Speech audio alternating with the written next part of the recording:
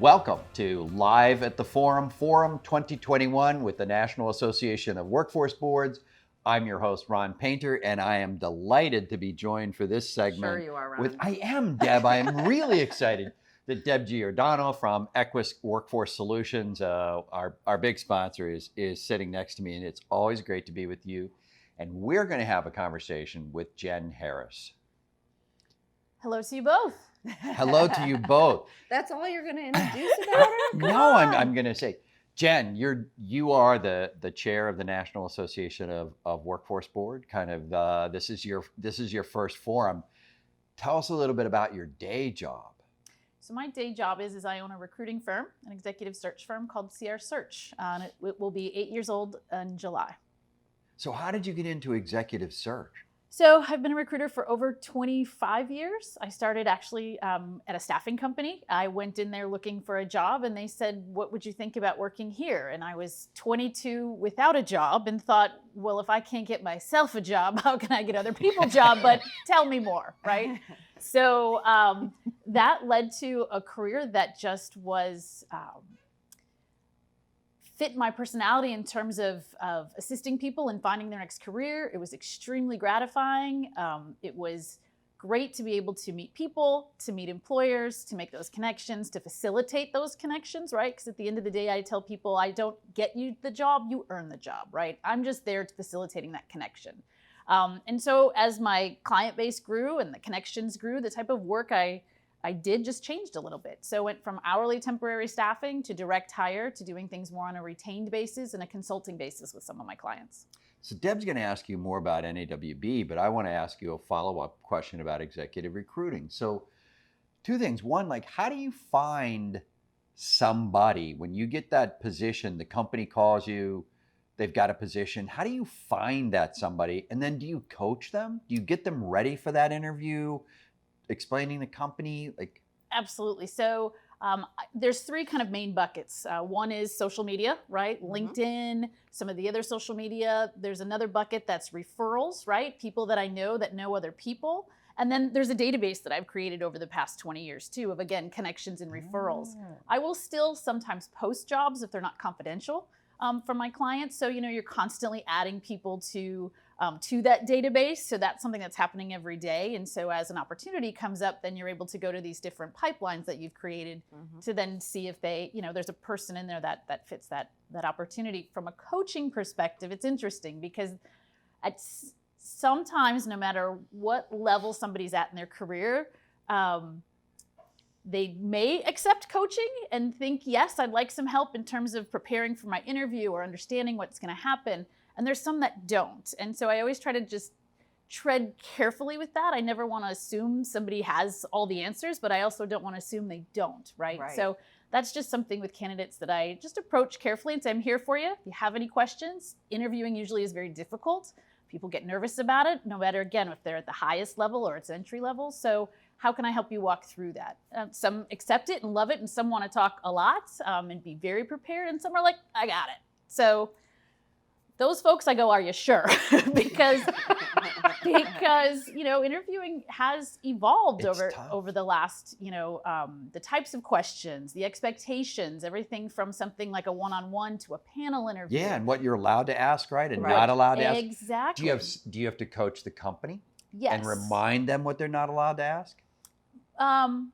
Yes, I think it depends on the person that's interviewing, whether they have, if they have functioned in that capacity, right? HR is usually pretty knowledgeable. Hiring managers, that can be a whole other group to help coach and help. Where I find the disconnect is when they give me feedback and say, well, this particular candidate didn't display this kind of skill set. And I'll say, well, what did you ask though, right? I mean, are you asking the right questions to find out whether that person has that skill set, right? So a lot of behavioral based questions, and I think those two are hard for candidates to answer, but sometimes they're also difficult for interviewers to assess the answer, right? So. And what industries do you focus on? So 50% of my clients are manufacturers, 25% are healthcare and technology, and 25% are professional and financial services. So she talked about no matter where you were in your career, coaching. I don't know if she was talking about me or you or either one of us, sure but we I'm both going to need- turn the interview over to you. Well, that's good because I'm actually going to follow this line because I'm super curious, Jen, and I think our audience is probably curious too.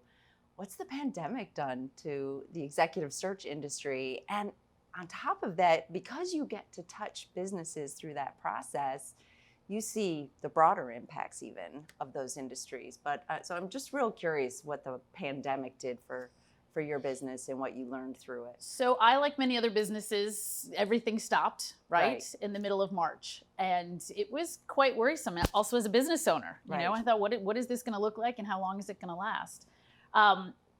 So a lot of companies turned off those talent pipelines, right? As we kind of went through the summer, things like, remember the pandemic, it looked like things were kind of moderating, and then it spiked again in the fall. So I think companies started to say, okay, let's turn these pipelines back on. The spike happened in the fall and they turned them off again, right? So there was just a lot of uncertainty in the market. The problem with talent pipelines is once they're off, it's really difficult to turn them back on. Oh, yes. Right? So then the demand came back so quickly, right? I mean, it's kind of like the supply chain issues, right? It's like, you can't stop making washing machines. And then, you know, a couple months later, you know, you have 10,000 orders for washing machines. You can't make them fast enough, right? So the labor market is very similar. You just can't turn those pipelines back on. You add to that the complications of working from home. Right. And companies that did not allow it, that all of a sudden had to function in this new environment, right? And you hear about people now saying, well, I don't want to go back to the office, right? So companies are trying to navigate that. And the ones that are doing it well are asking for input from their employees. The ones that aren't doing it well are mandating what that looks like, right? So guess what? Guess who they're calling saying, I don't want to work for this company anymore, right? I So was going to that's ask gonna- you if the individual calls you back, particularly now that you recruited them, you put them someplace, now they're rethinking. Right. Like, is this Well, really what hopefully I it want to do? wasn't too, and hopefully I placed them many years ago because I have some integrity. I'm not going to be like, yeah, let's put you somewhere else, right? And accept a fee for that. Like there's, you know, I have to be careful and have some integrity with that. But yeah, I mean, those are real issues. I have someone that I talk to that has been at her place of work for almost 20 years and she's thinking about leaving. Right.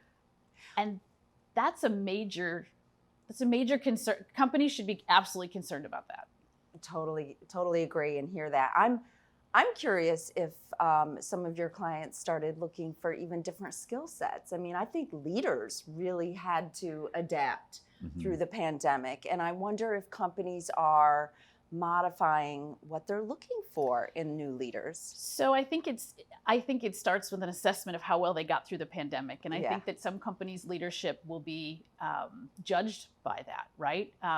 And some will lose their jobs, right? Maybe they didn't get their companies through it well. Right. Some are saying, oh my gosh, I can't believe our leadership stepped up and got us through, right? So I think there's different levels at the senior level of engagement with those types of questions, and I think boards and CEOs should be conscious of that and ask themselves, how well did I do? Or somebody will make that assessment for them. Right. So I do think you'll see some churn at the top. I do. All of a sudden it's become an issue, right? You said you were a flexible leader. You said you were, you know, engaged with our workforce, but you're making people come back to the office, or maybe you're, you know, so this pandemic was a leadership test on a lot of different levels, right? Well, and I think it's a leadership test even for NAWB, right? And so I want to ask you about that. First of all, congratulations on your chairpersonship. Thank you. I already told you I thought you were an outstanding chair. I attended my first NAWB board meeting and appreciated your strong leadership, especially because this is a really big time for NAWB. The entire workforce industry had to pivot, if you will, and I know that's an overused word, but so Jennifer, share some of the strategies that NAWB is really focused on to help support the industry and move us in this new direction. Yes, I would say one of the most important things we've done, obviously, in the past year is the Diversity, Equity, and Inclusion Task Force. And what was interesting about that is we were assembled last summer and expected to deliver a report by October of 2020.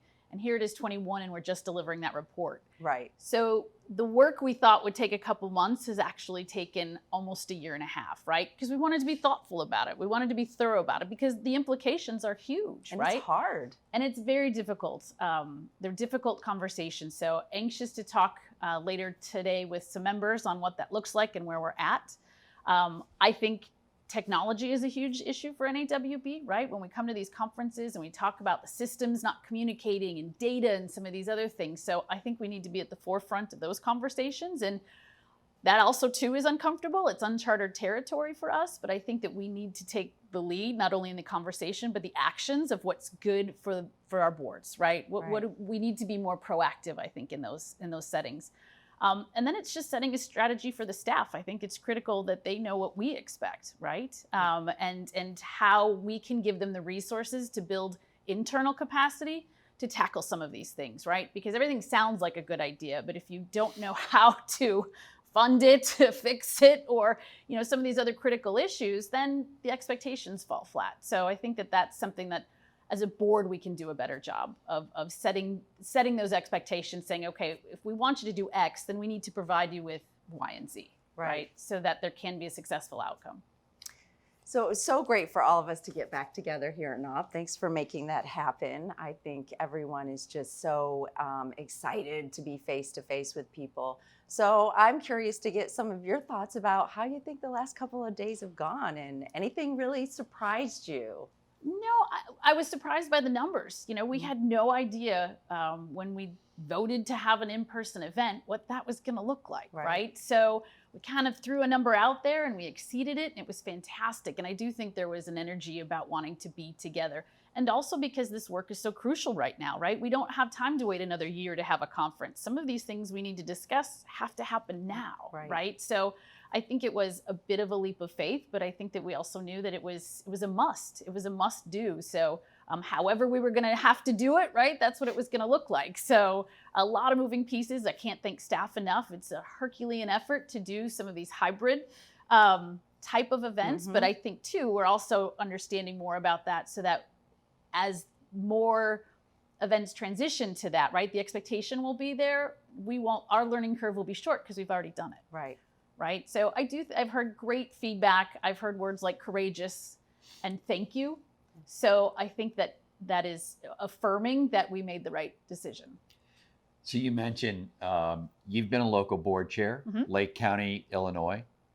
You've been on the national board. The message, Jen, back to local board leadership. What's the message that you want them to think about and to take to heart? From the forum? From the forum, from the times we're in. Yeah, I think that that it's critical for leadership to take some risks, and I mean calculated risks, right? I think for us locally, we really formed some strong partnerships with our local officials and tried to raise the visibility of the work that we do, right? So things like best practices and learning from your peers, right? But this isn't a time to be static. It's not a time to keep doing the same old, that we have a spotlight on us now, literally, and figuratively in terms of workforce, right? With the Secretary of Labor talking about all the needs from businesses right now, right? We have to meet that moment. We can't just, keep kind of doing the same old thing. So I would just say, be courageous too, take some risks in the sense of try to do things differently if you can to maximize the impact you have, because I think that's what people are expecting from us. Yeah, I don't think people, the good news is what I'm hearing in conversations, and I imagine you are both hearing the same thing, is that people understand it's not going back to the way it was, that something must be different. And I think we're still all grappling with what is it going to look like in September, October, November, because we're in this weird zone right now of people kind of emerging. And I asked someone else this question, so this is maybe not a fair question, but if you had a crystal ball and you looked at where the workforce industry, what it looks like next year when we're here at the forum and what we might have accomplished as an industry, where do you think the wins might be? I think it's I had heard a great term in terms of, instead of rewriting WIOA, is it reimagining WIOA, right? I think it's time to really look at our policy efforts, our advocacy efforts, including DE&I conversations. I think it's time to be a little bolder. Again, I think that this is a great opportunity for us to capitalize on the momentum, meaning of our necessity right now in the workforce. And we used to talk about a skills gap, and it was this nebulous thing. Well, guess what? It's here. Right. It's now. And I think that it's going to be here next year. So what are we going to do to try to mitigate that, or to raise our visibility, to raise our impact, to have better data for our boards, to give them better tools, right? I mean, I think that that's the niche we need to really be in terms of providing value to the members. Great. Jen Harris, thanks for sitting down with us.